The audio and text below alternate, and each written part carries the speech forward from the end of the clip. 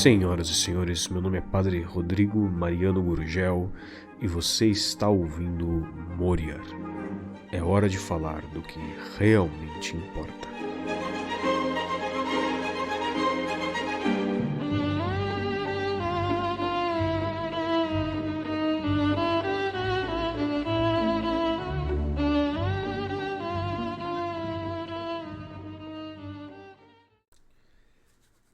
Senhoras e senhores, louvado seja nosso Senhor Jesus Cristo. Como estamos? Tudo bem?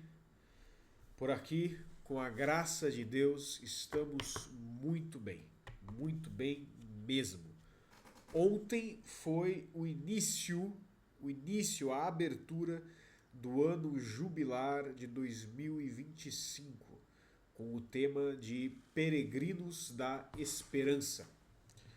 Tivemos uma peregrinação de uma capela, Capela Nossa Senhora Aparecida, fomos andando juntos, todos os padres já paramentados, o bispo caminhando conosco, até a catedral, aonde continuou-se então com a celebração da Santa Missa, o Santo Sacrifício de Nosso Senhor e a abertura da porta da catedral, que não é uma porta santa, pois não haverão portas santas além de Roma, mas a abertura da porta da catedral e, enfim, a abertura oficial do Ano Santo. Eu tenho a graça esse ano de estar como vice-reitor do Santuário Diocesano da Divina Misericórdia, aqui na cidade de Frederico Westphalen, no Rio Grande do Sul.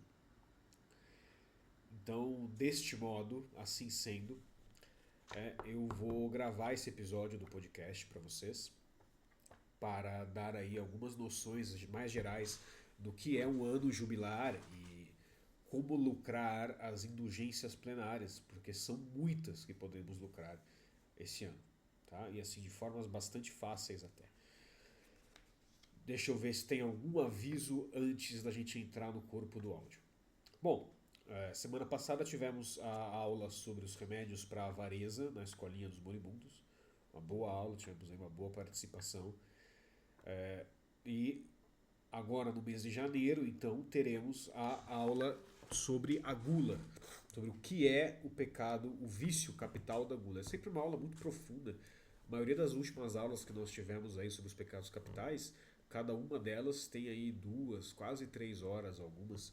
Nunca chegamos a 3, né? Mas a média ali são 2 horas. E aí depois, então, em fevereiro, uma aula sobre os remédios para gula. Em março, a aula sobre a luxúria. E então, no mês seguinte, em abril, a aula sobre os remédios para a luxúria. E aí encerramos, então, o nosso ciclo de 14 meses só com aulas sobre os pecados capitais e seus remédios. Será uma bela de uma conclusão, de um belo tempo dedicado a esse estudo com vocês, mas que tem dado bons frutos, graças a Deus. Quem quiser ter acesso a essas aulas, basta apoiar no http://apoia.se/Moriar. Qualquer valor a partir de R$1 te dá acesso ao grupo do Telegram e a todas as aulas que já foram dadas na Escolinha dos Moribundos. Tivemos não só as aulas sobre os pecados capitais, mas também outras aulas e também as aulas futuras. Quem quiser apoiar com mais, a partir de R$50 mensais, você passa a receber todos os meses uma carta física na sua casa, com reflexões, meditações, considerações e todas essas coisas. Tá? Deixa eu arrumar a câmera que está muito alta. O problema é que eu gesticulo muito. E aí, se a câmera está para cima, vocês não me veem gesticular. Pronto, agora sim, agora eu posso falar assim com as mãos, igual italiano. Tá. Mais algum aviso? Sim. Amanhã eu estou indo para a Diocese de Novo Hamburgo, tá? Vou rezar a missa de Santa Maria às 9 horas da manhã, no dia 1º de janeiro, na paróquia Cristo Rei, em Campo Bom, tá? Então, quem for da região, quem quiser participar da Santa Missa, será muito bem-vindo, tá?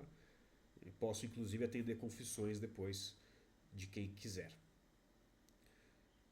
E é isso. Em breve já retorno então para o santuário após isto.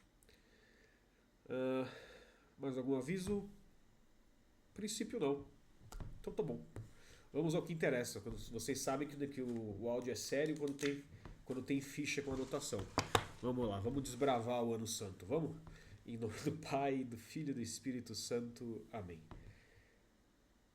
Inspirai, Senhor, as nossas ações e ajudai-nos a realizá-las, para que em vós comece e para vós termine tudo aquilo que fizermos. Por Cristo, nosso Senhor. Amém. Santa Maria, esperança nossa, sede da sabedoria, rogai por nós. Em nome do Pai, do Filho e do Espírito Santo. Amém.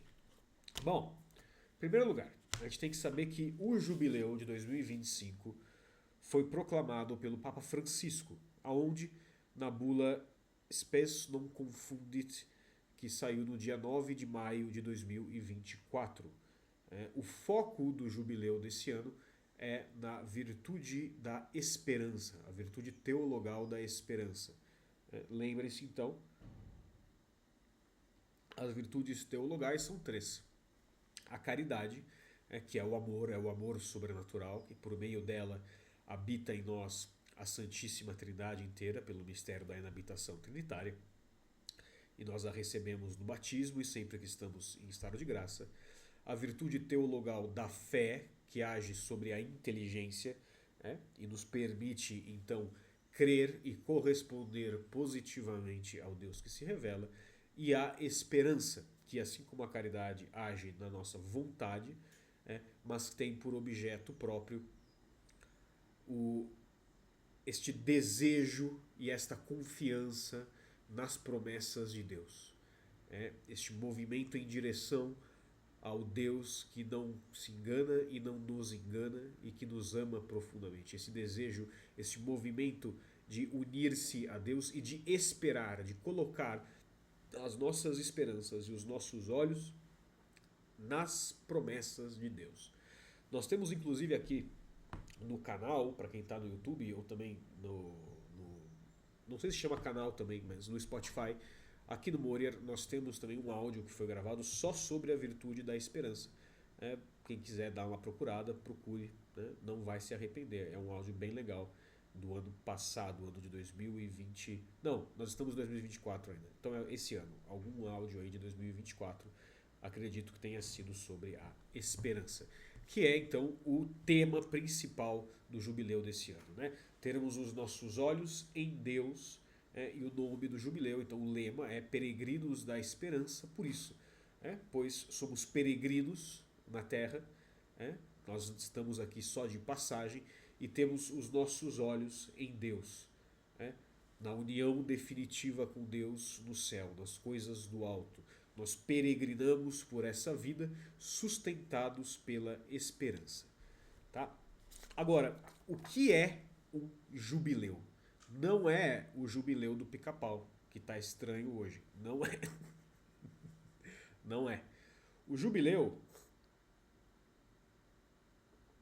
é um ano, e essa prática tem início ali no Antigo Testamento, na época dos judeus, que era um ano celebrado a cada 50 anos.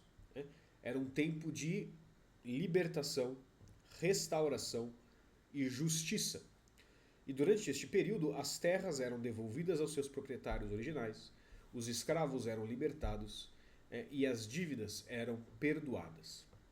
Isso a gente encontra ali no livro de Levítico, capítulo 25, versículos de 8 a 17.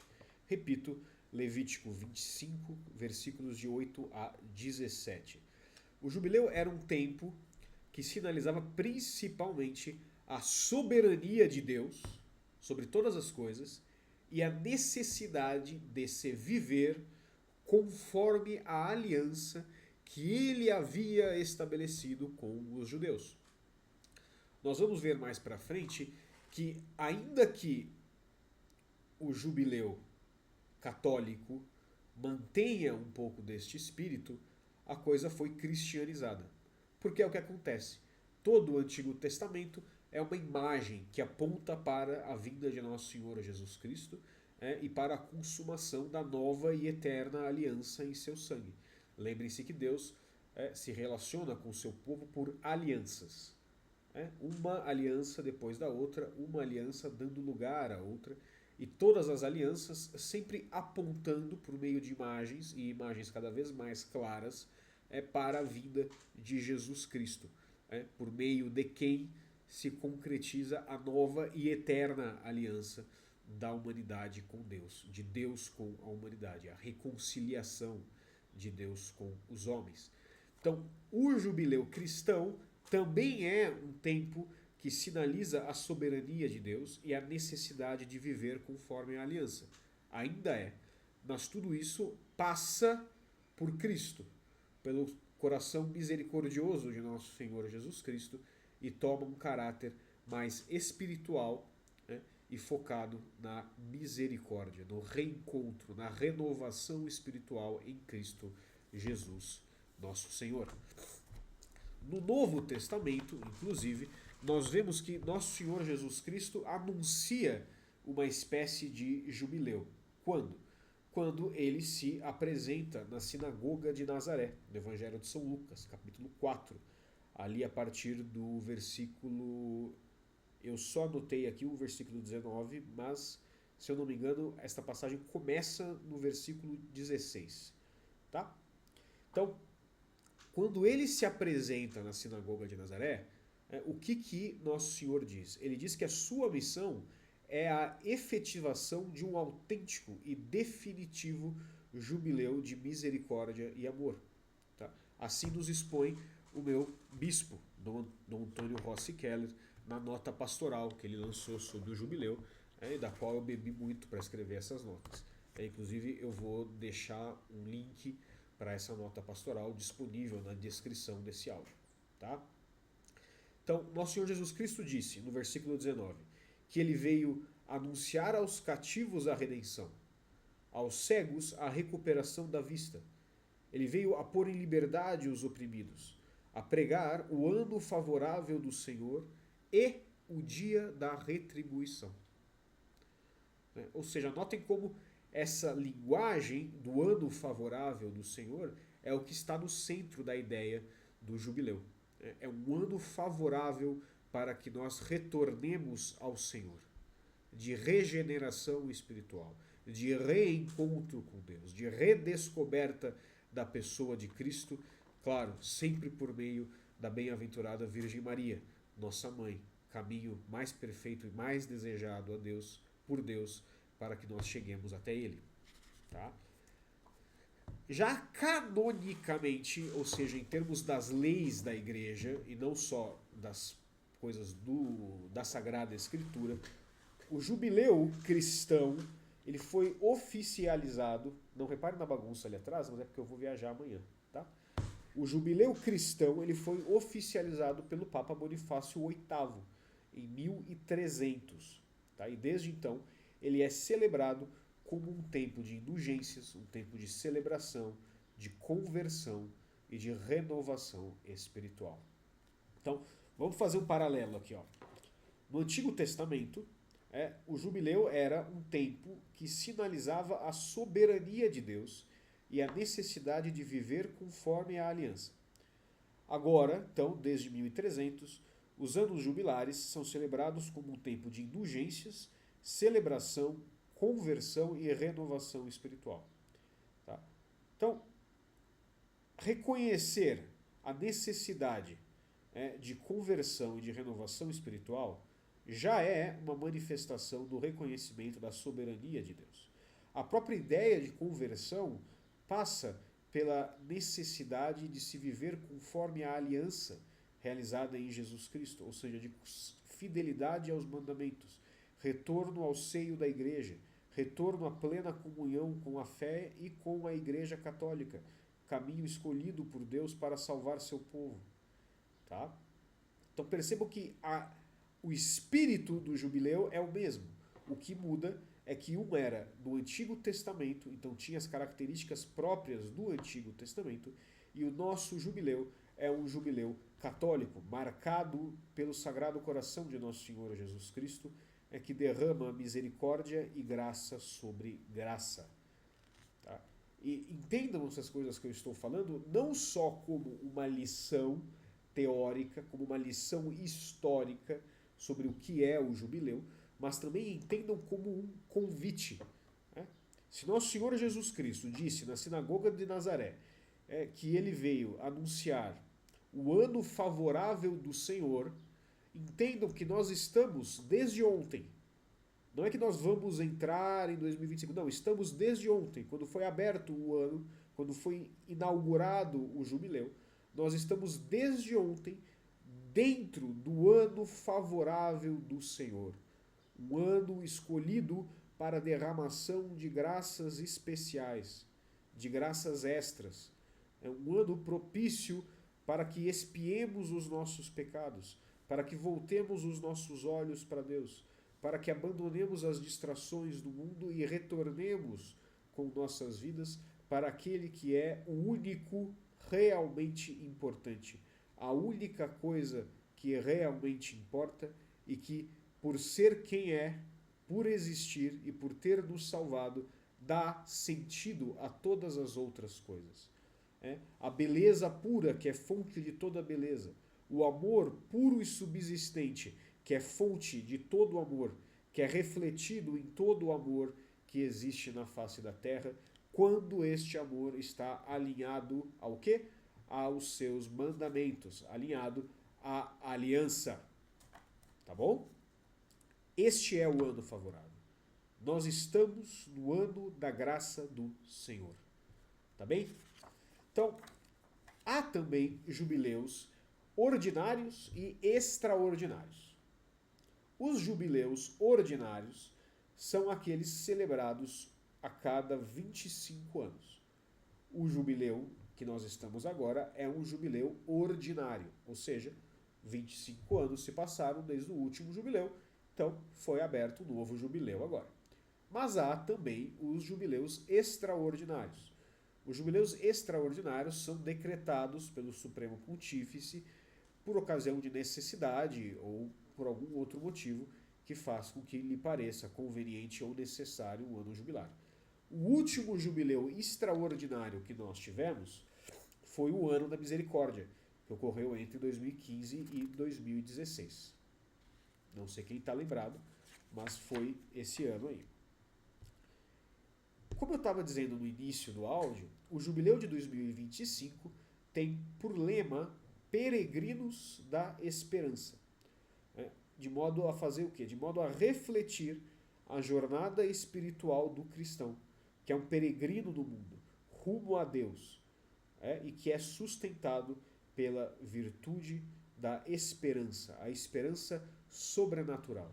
Não a esperança sobre as nossas próprias forças, não a esperança sobre os poderes do mundo, não, mas a esperança em Deus, a esperança nas promessas de Deus, a esperança no amor de Deus, a esperança de que Deus é fiel a si mesmo, fiel a quem Ele é, que Deus não nos trai, que Deus não se cansa de nós, que Deus não nos abandona e que tudo aquilo, todas as misérias humanas que nos circundam, mesmo as nossas misérias interiores, Deus quer utilizá-las para sua obra de redenção e santificação.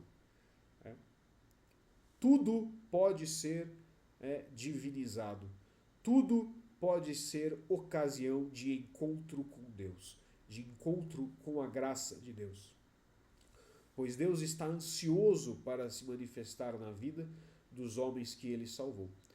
E a compreensão disso, e a vida no mundo, sem fazermos parte do mundo, a vida no mundo, sem nos mundanizarmos, a vida no mundo com os olhos na eternidade, é marcada e sustentada, então, por esse espírito de peregrino, de peregrinação, que se ancora na virtude da esperança, a esperança pelo destino prometido, que é a vida eterna, que é o céu, que é contemplar a Deus face a face pela eternidade.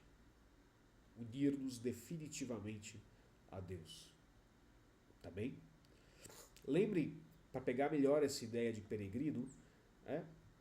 Os santos falam muito disso, né? Santa Teresa de Ávila dizia que a vida no mundo é uma noite ruim num hotel ruim.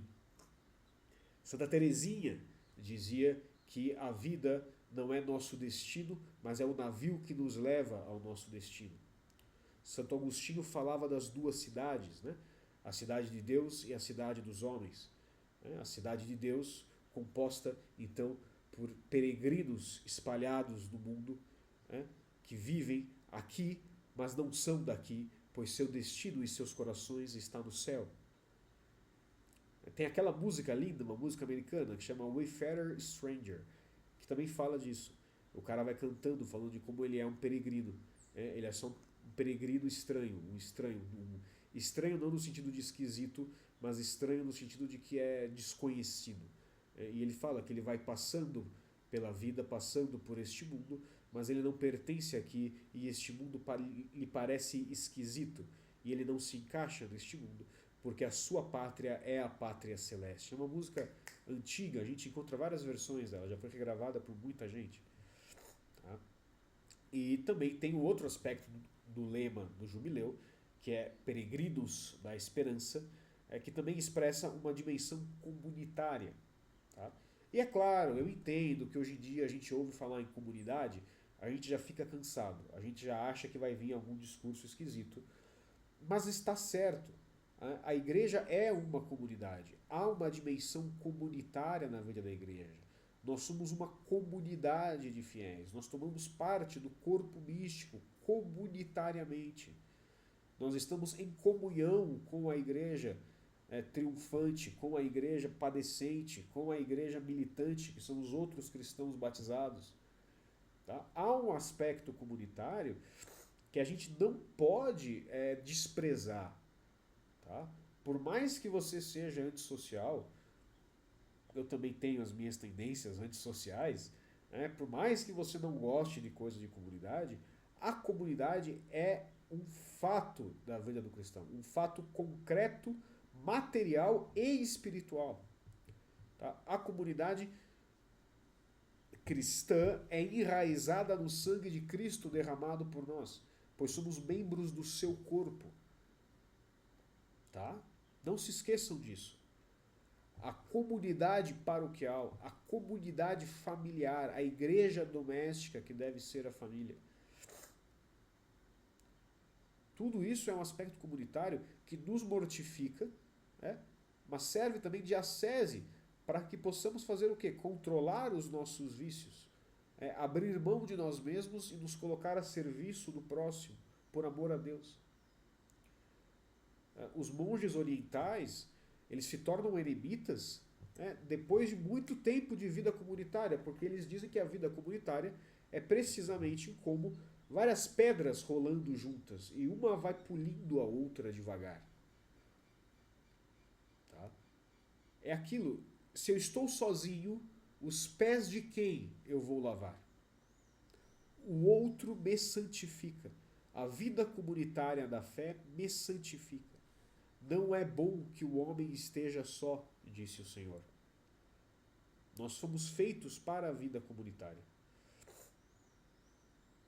Tá bom? Então, há sim também esse aspecto de peregrinar juntos em direção ao céu. Próxima nota. A esperança que nos sustenta, como eu dizia, ela não deve ser só humana. Não deve ser só uma esperança natural, mas sim deve ser tomada como uma graça divina que sustenta os cristãos num tempo de provação. Pois é óbvio que estamos vivendo um tempo de provação. Não só porque o mundo e a vida no mundo é difícil, mas porque, para onde quer que você olhe, o mundo parece pior. Os valores parecem mais distorcidos, a ordem parece cada vez mais inexistente, a maldade parece cada vez mais comum, e não só é comum, como é glorificada em todas as mídias, em todos os lugares. Prega-se o ódio uns aos outros. A compreensão do que é o verdadeiro amor foi absolutamente deturpada e destruída. Então vivemos num tempo de provação. num tempo de provação que inclusive nos faz lembrar do que pergunta nosso Senhor Jesus Cristo: quando o Filho do Homem voltar, haverá fé sobre a terra? Porque ele mesmo nos diz no livro do Apocalipse que os últimos tempos terão que ser abreviados, porque as provações enviadas serão tantas que até os eleitos apostatariam se não fossem abreviadas. Claro, não estou dizendo que nós estamos no fim dos tempos, mas desde a vinda de Cristo, sob certo sentido, estamos já nos últimos tempos, pois aguardamos agora, ansiosos, o seu retorno glorioso no dia do juízo final. Nós vivemos, se vivemos com os olhos no céu, vivemos, é claro, ansiosos pela consumação dos séculos e a segunda vinda de Cristo. Então o mundo é uma provação e nós nos sustentamos nessa provação somente se estivermos ancorados na cruz e na esperança cristã. Lembrem-se agora me fugiu o autor, mas acredito que seja um ditado, uma espécie de ditado comum na vida cristã. Ave crux espes unica. Viva a cruz, ave cruz, única esperança. Na bula de abertura do jubileu, de anúncio do jubileu, Papa Francisco cita a carta de São Paulo aos Romanos. Ele diz: a esperança não decepciona, porque o amor de Deus foi derramado em nossos corações pelo Espírito Santo. Então percebam, a esperança cristã nasce dessa infusão da caridade na alma cristã. E por ser algo que nasce desta caridade sobrenatural, que é a própria presença física até, diz Rui Marim, física até de Deus, a Santíssima Trindade inteira nas nossas almas, por meio da graça do Espírito Santo,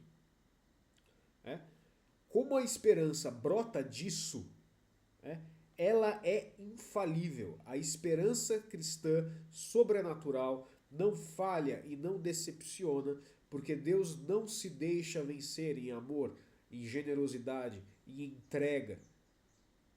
Deus não decepciona. E por que Deus não decepciona, que a esperança não decepciona também? Por quê? Porque a nossa esperança, em última instância, está onde? Está no fato de que Deus é. A nossa esperança não está em promessas humanas, não está em organizações sociais. A nossa esperança está na própria essência, na própria identidade da Santíssima Trindade, que permanece sendo e eternamente será Pai, Filho e Espírito Santo, desde sempre e para sempre, por todos os séculos dos séculos, sem fim. Amém. Deus não muda. E se Deus não muda, não há outra base sólida, não há outro fundamento para uma esperança infalível. A esperança que é depositada em Deus é a única esperança infalível que existe na face da terra. A única. Porque Deus é Deus. A frase parece redundante, mas não é. Lembrem-se sempre disso. Deus é Deus. Ele é o Criador, o ser subsistente, do qual dependem e do qual vieram todas as coisas. Ele é o puro amor. Ele é o Senhor Deus dos exércitos, que se fez menino em Belém, para depender de tudo em nós, que abriu mão de tudo para nos dar tudo, para nos dar a totalidade da vida divina em si mesmo, no céu, e parcialmente já nesta vida também. Tá? A nossa esperança se fundamenta nisso. Essa é a nossa esperança e motivo da nossa alegria em Cristo Jesus. Tá bom? Então, um dos temas centrais do Ano Santo é também a reconciliação. Tá? Em primeiro lugar, a reconciliação com Deus, mas também a reconciliação consigo mesmo. com os outros, etc. A divisão e a indiferença são barreiras à esperança. A divisão em grupinhos, a divisão entre eu e os outros, né? A divisão que nasce da soberba, que nasce do rancor. Tudo isso são coisas que são barreiras à esperança, porque são coisas que são barreiras que nos separam do próprio Deus. Eu lembro que uma vez numa aula, acredito que tenha sido na formação sobre a confissão que eu dei esses dias, eu expliquei que a lei divina, os 10 mandamentos, não são outra coisa que uma expressão em formato de lei do próprio ser de Deus. É que Deus expõe desta forma para que nós saibamos como agir para não nos separarmos dele. E a divisão, que é ruim, que impede o fruto da esperança e a frutificação, é isso que eu queria dizer, a frutificação da esperança é essa divisão que nos separa do corpo místico, essa divisão pecaminosa, né? Essa divisão de rixarias, de ninharias, de rixas, de ódio, de fofoca, de... Sabe? Essa divisão. Essa divisão. Né? Reconciliar-se com Deus, com o próximo, reconciliar-se com o fato de que você, quem quer que seja, é um filho amado de Deus, criado não para esta vida mundana, mas criado para a glória do céu, para reinar entre os anjos. Reconciliar-se com a própria realidade, inserir-se na realidade total, ou seja, a realidade visível do mundo que nós vemos, e reconciliar-se também com o fato de que esta realidade visível está inserida numa realidade sobrenatural que a ela é muito superior e que dela depende para tudo, e que a nossa vida neste mundo tem que ser uma vida inserida na realidade total de quem somos, como seres humanos, como filhos de Deus, como batizados, como cristãos, como membros de uma santa aliança para a salvação das nossas almas, como criaturas que precisam ser salvas dos nossos pecados, das nossas misérias, que precisam ser redimidas, que precisam apoiar-se em Deus para termos felicidade, para termos esperança de amor, de fé, para que as nossas vidas tenham um sentido concreto e palpável e não sejam levadas por esse vazio do mundo que nos promete tudo e não nos dá nada, que nos promete tudo e só nos dá ansiedade, depressão, aborto e suicídio. Tá? Temos que romper com essas divisões ridículas e abraçar a unidade da fé. Cristo disse, eu vim para que haja um só rebanho e um só pastor. Ele é o pastor e o rebanho somos nós. E temos que então que manifestar essa unidade na nossa vida. Uma unidade de consciência, uma unidade de amor, uma unidade social, inclusive. Uma unidade da fé, sem nos deixar levar por novidades da fé, mas unidos na fé verdadeira professada pelo credo católico. União em Cristo Jesus nosso Senhor, com Cristo Jesus nosso Senhor, com Cristo, por Cristo e em Cristo. Essa união propicia a esperança, pois nós a experimentaremos na nossa vida diariamente. Tá? O abandono da indiferença, o abandono da ideia de que a falsa ideia de que amar é manter as pessoas na ignorância, pois isto na verdade é indiferença, é não dar-se ao trabalho de amá-las, de conduzi-las à verdade, de conduzi-las à verdadeira união em Cristo Jesus. O abandono da divisão, o abandono da indiferença é para que possamos, unidos em Cristo, caminhar juntos como verdadeiros peregrinos da esperança rumo ao céu. Este é o sentido. Este é o sentido. Renovação espiritual, gente. Renovação espiritual. Nova vida em Cristo Jesus. Nova vida em Cristo Jesus. O próprio Papa fala que a passagem pela Porta Santa tem que ser isso, tem que ser um momento simbólico de transformação, de entrada numa nova vida. Todos nós precisamos de uma nova vida em Cristo Jesus, nosso Senhor. E este ano santo é o ano favorável da graça do Senhor. É um momento propício. Não desperdicem esta oportunidade. Tá bem? Bom, agora, se eu não me engano, a gente vai entrar em coisas mais práticas. Exatamente. Bom, assim como em todo jubileu, as peregrinações desempenharão um papel central para o lucro das indulgências. Tá? Os fiéis, então, são convidados a atravessar a Porta Santa da Basílica de São Pedro, em Roma, como eu acabei de dizer, um gesto simbólico que representa a passagem para uma vida renovada pela graça e pela misericórdia divina. Tá? Bem, tem 2 pontos que eu quero tratar aqui, antes da gente começar a entrar de fato nas coisas. Primeiro, o que é uma indulgência? A indulgência é a remissão das penas temporais devidas pelo pecado. O que isso quer dizer? Isso quer dizer que quando você comete um pecado e você é perdoado dele, né, você não tem mais culpa daquele pecado. Aquela culpa foi redimida. Porém, você ainda deve as penas temporais pelo pecado. Tá? Ou seja, você deve pagar por aquele pecado que você cometeu.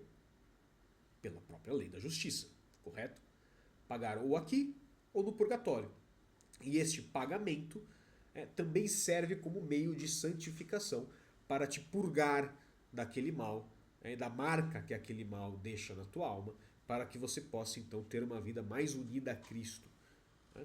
Ou seja, de alguma forma, esta pena devida pelo pecado ela age como um mecanismo de santificação, de redenção, porque ao pagar a pena te restaura também.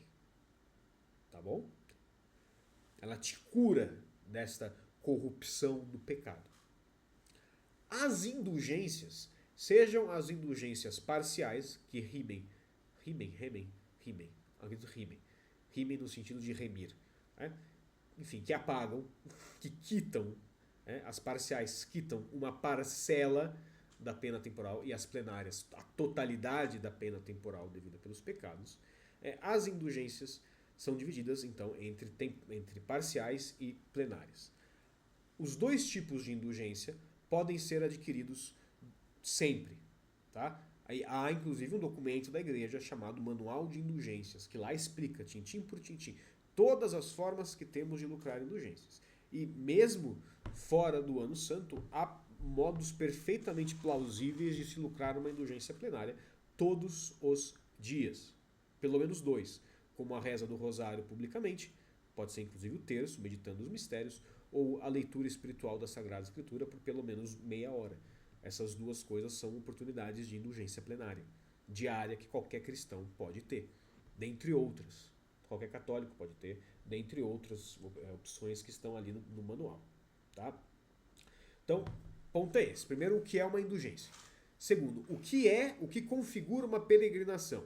Se eu sair da minha casa e andar 2 quadras até a igreja até a igreja que tem ali perto, isso constitui uma peregrinação? Não. Eu procurei, eu não achei uma definição oficial do que é uma peregrinação, de quantos quilômetros você tem que se locomover para que se configure uma peregrinação. Mas a ideia geral parece ser qual? Parece que tem que ser uma viagem, pequena ou grande, mas uma viagem, ou seja, algo que saia do ordinário. Se você vai sempre na mesma paróquia, não é uma peregrinação você ir até aquela paróquia. Tá? Principalmente se você vai até aquela paróquia da forma de sempre. Se você, sei lá, for até um lugar e depois for andando até a sua paróquia com esforço, né, e tudo mais, aí já talvez seja. Mas tem que ser uma coisa que sai da sua vida ordinária. Tem que ser uma coisa movida por um esforço, por um desejo pessoal de visitar um lugar santo. Né?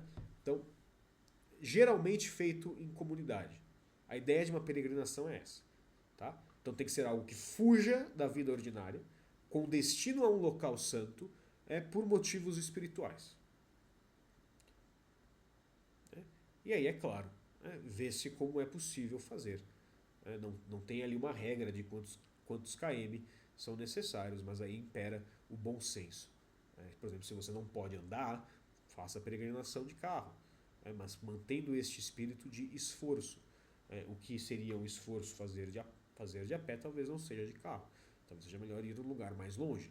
Mas mantenha esse espírito de confiança em Deus, abandonar a visão legalista, que é própria do judaísmo e é própria dos escrupulosos, abandonar essa visão e focar então em viver esta confiança em Deus, buscando fazer estas viagens, essas deslocações, esses deslocamentos que fogem do ordinário, que requerem esforço de algum tipo e que têm por destino um lugar santo por motivo santo. Tá? Então explicamos o que é uma indulgência, explicamos o que é uma peregrinação e vejamos então que a boa vivência do jubileu de 2025 deve ter a marca de uma sincera e profunda busca por Deus. Um retorno à essência da fé cristã, com ênfase na conversão e na renovação espiritual, no reconciliamento com Deus e com o próximo. Eu já tratei um pouco disso, mas vamos pincelar. No fundo, qual é a essência da fé cristã? Qual foi o anúncio do próprio Jesus Cristo, que também foi o anúncio de João Batista antes dele? Convertei-vos, pois está próximo o reino de Deus. E soma-se a isso a boa nova da salvação oferecida por Cristo Jesus, nosso Senhor, pelo preço de seu sangue na cruz por nós. Convertei-vos, pois o reino de Deus está próximo e já está aqui, pois Cristo morreu pelos nossos pecados e ressuscitou para abrir-nos as portas para a vida eterna. Então notem que tem um aspecto penitencial, tem um aspecto de conversão, de renovação e de profunda entrega e confiança ao trilharmos o caminho de Cristo. Tá? Eu inverti a ordem, eu acho que isso aqui devia estar antes disso aqui, mas tá bom. Então, quais são as práticas recomendadas para a boa vivência do jubileu? Confissão.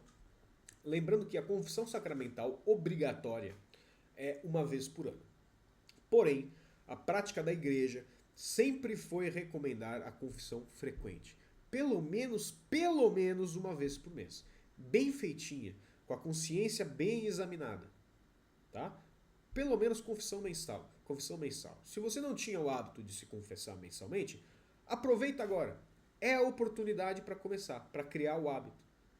Porque a confissão frequente, ela primeiro, cada confissão, de alguma forma te dá mais graças, são efeitos secundários da confissão, te dá mais graças para não recair naqueles pecados que já foram confessados.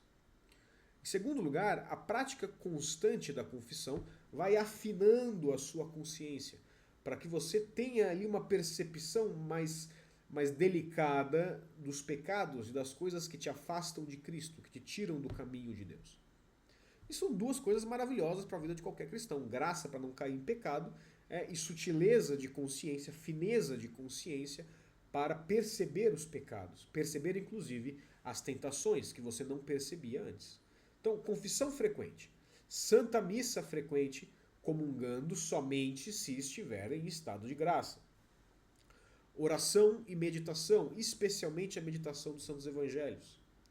Caridade, prática de esmolas, obras de misericórdia e o próprio estudo da nossa fé. Tá? Agora, vamos tratar das indulgências plenárias. Deixa eu só pegar uma coisa aqui, porque eu me esqueci de anotar isso. Só um instante. Preciso pegar uma lista aqui. Aqui.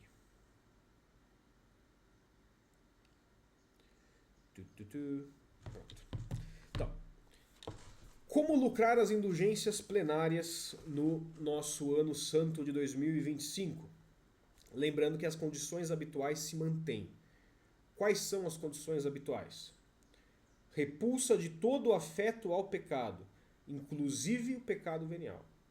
Se não se tiver esta repulsa, o que acontece?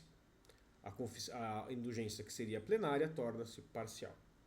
Tá? Então, busquem ter esta repulsa a todo pecado no coração de vocês, mas não deixem de buscar as indulgências por medo de não tê-la de modo perfeito. Confiem em Deus, peregrinos da esperança. Peregrinamos confiando nas promessas do Salvador, e os desejos do Salvador são nos salvar. Ele quer o nosso bem. Tá? Então, repulsa de todo afeto ao pecado, inclusive venial. Confissão sacramental, 2 semanas antes ou depois da obra indulgenciada. Uma confissão serve para várias indulgências. Não precisa se confessar uma vez para cada indulgência. Tá? Comunhão eucarística. A comunhão é uma por indulgência. Tá bom? Então, vamos ver aqui mais pra frente. Tem uma regra que vai permitir que você lucre 2 indulgências por dia neste ano santo, mas aí são necessárias 2 comunhões. Tá? 2 comunhões eucarísticas feitas em estado de graça, etc. Tá? E é claro, a última condição para se lucrar a indulgência plenária, além, é óbvio, da prática da obra indulgenciada, é a oração pelas intenções do Santo Padre. Então, repetindo, para lucrar uma indulgência plenária, quais são as condições? Repulsa de todo afeto ao pecado, inclusive venial, confissão sacramental, comunhão eucarística, oração pelas intenções do Santo Padre e a prática da obra indulgenciada.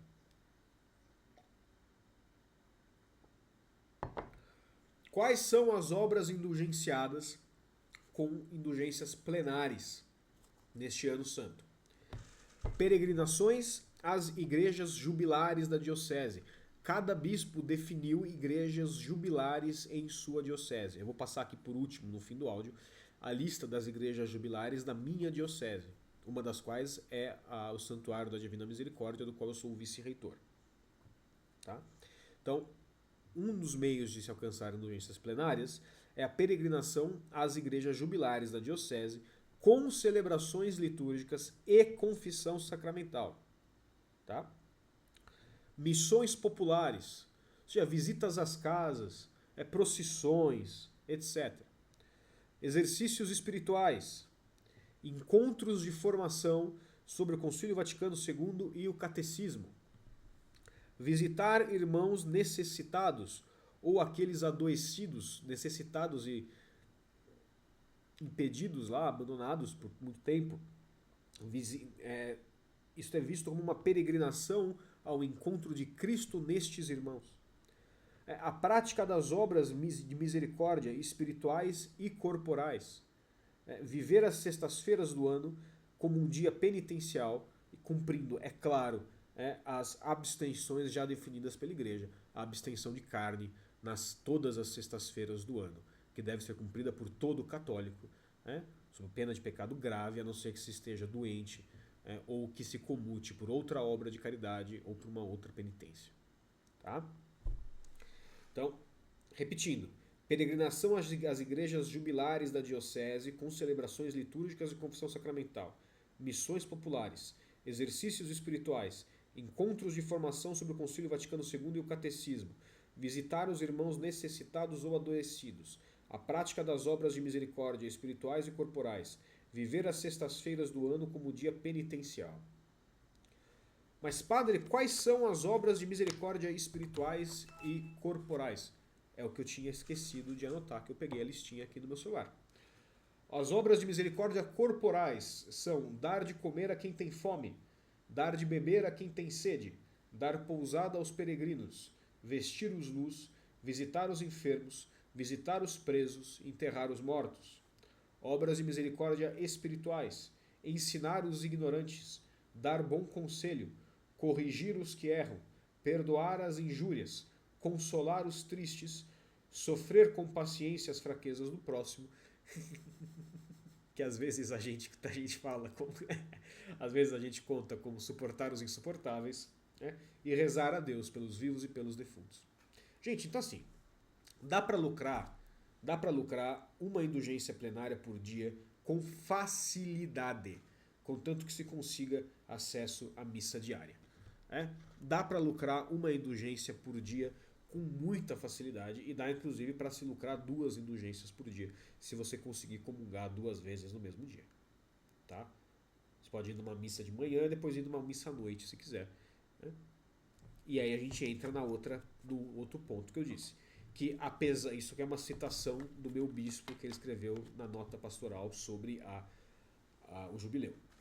Apesar da norma segundo a qual se pode obter uma só indulgência plenária por dia, os fiéis que terão praticado o ato de caridade a favor das almas do purgatório, ao se aproximarem legitimamente do sacramento da comunhão uma segunda vez no mesmo dia, poderão obter 2 vezes no mesmo dia a indulgência plenária, aplicável apenas aos defuntos. Ou seja, você pode conseguir uma indulgência plenária para você, depois fazer uma outra obra indulgenciada, oferecendo isso pelas almas do purgatório e comungando nesta intenção pela segunda vez, comungando legitimamente, ou seja, respeitando o jejum, estando em estado de graça, etc. Você pode oferecer essa indulgência plenária pelas almas dos fiéis defuntos. Não por uma alma específica, mas para as almas do purgatório que padecem por nós. Tá bom? Por fim, encerramos então com a lista das igrejas jubilares do ano de 2025 na Diocese de Frederico Westphalen. Primeiro, a Catedral Santo Antônio, a igreja mãe da Diocese. Segundo, o Santuário da Divina Misericórdia, também na cidade de Frederico Westphalen, santuário onde eu sou vice-reitor por graça de Deus. Santuário Beatos Manuel e Adílio, na cidade de Nonoai. O local do martírio dos Beatos, ali na cidade de Três Passos. A paróquia Santa Teresinha, em Palmitinho. A paróquia São Martinho Bispo, na cidade de São Martinho. A paróquia Santo Antônio de Coronel Bicaco e a paróquia Santo Antônio de Palmeira das Missões.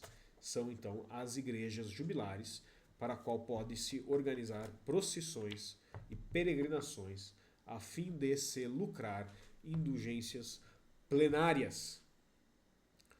Inclusive, quem é de fora, de alguma outra diocese, e quer organizar uma peregrinação, quer organizar uma procissão para alguma igreja da minha diocese, entre em contato.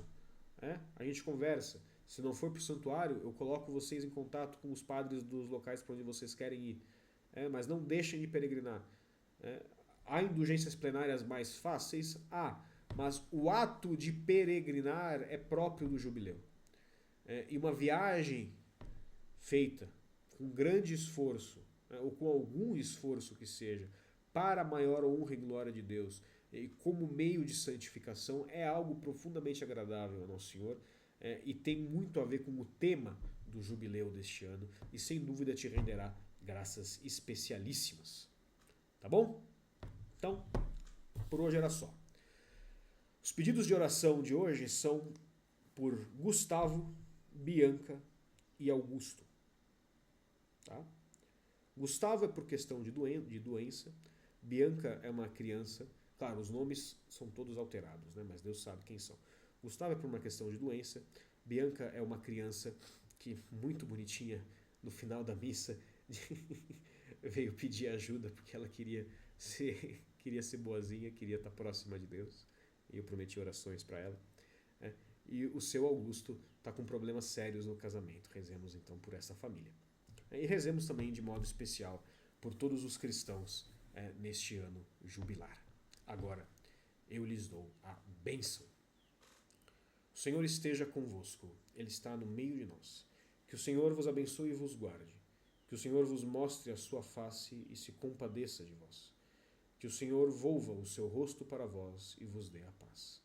E por intercessão da Beatíssima Sempre Virgem Maria, onipotência suplicante, abençoe-vos o Deus Todo-Poderoso, Pai, e Filho e Espírito Santo. Amém.